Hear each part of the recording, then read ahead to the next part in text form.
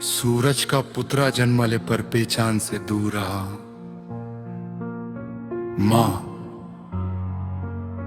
कुंती ने समय के दर से उसे गंगा की लहरों के हवाले कर दिया।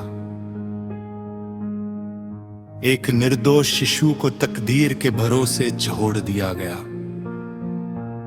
लेकिन किस्मत ने उसे डूबने नहीं दिया।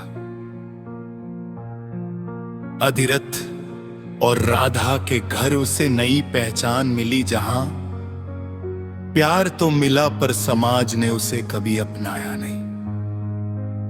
सूत पुत्रा कहकर उसका मजाक उड़ाया गया, पर उसके अंदर जलती वीरता कभी कम ना हुई। बचपन से ही उसकी नजर धनुष पर थी और सपना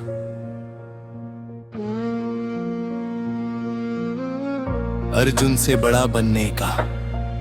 पर जब गुरु द्रोणाचार्य ने उसे उसकी जाति के कारण शिक्षा देने से मना कर दिया, तब उसने हार नहीं मानी और चल पड़ा गुरु परशुरामा के पास, जहां उसने अपनी पहचान छुपा कर विद्या प्रप की। दिन रात तपस्या की और अपने आप को सबसे महान धनुर्धर बना दिया।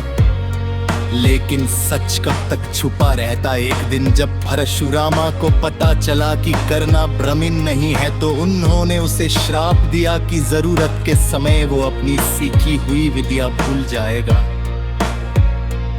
उस पल ने उसके जीवन की दिशा बदल दी, लेकिन उसका हौसला नहीं तोड़ा। समझ के बीच अपमान सहकर भी वो अपनी शक्ति से दुनिया को जवाब देने लगा। तब दुर्योधना ने उसमें एक वीर देखा और उसे अंग देश का राजा बना दिया, जहां से कर्णा ने अपनी वफादारी और मित्रता का फर्ज निभाया और जिंदगी भर दुर्योधना के साथ खड़ा रहा, चाहे सच उसके सामने ही क्यों ना हो। कर्णा के लिए सबसे बड़ा धर्म उसका वचन था, और उसने कभी अपने शब्द से पीछे हटना नहीं सीखा।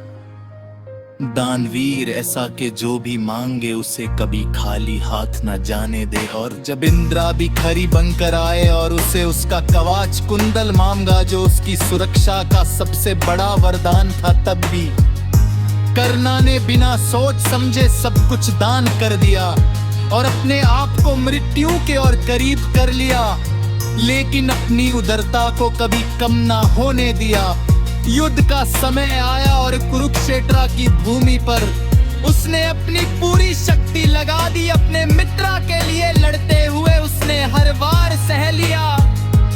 लेकिन जब सबसे महत्वपूर्ण क्षण आया, तब परशुरामा का श्राप सच हो गया और उसकी विद्या उसका साथ छोड़ गई।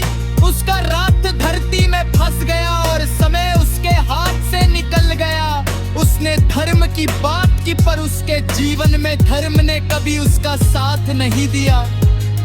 फिर भी वो वीर बना रहा, अंत तक लड़ता रहा। और जब उसका शरीर भूमि पर गिरा और जीवन की डोर धीरे धीरे टूटने लगी, तब कृष्णा एक ब्राह्मण के रूप में उसके सामने आए और उससे दान मांगा। कर्णा ने देखा कि अब उसके पास देने को कुछ भी नहीं बचा, पर उसकी आत्मा अभी भी दान देने के लिए तैयार थी। उसने अपने दांतों को तोड़कर सोना निकाला और अपनी अंतिम सांसों में भी दान कर दिया। उसकी मुस्कान में दर्द था, पर उसका गर्व उससे भी बड़ा था। और उस पल कृष्णा ने अपना असली रूप दिखाया और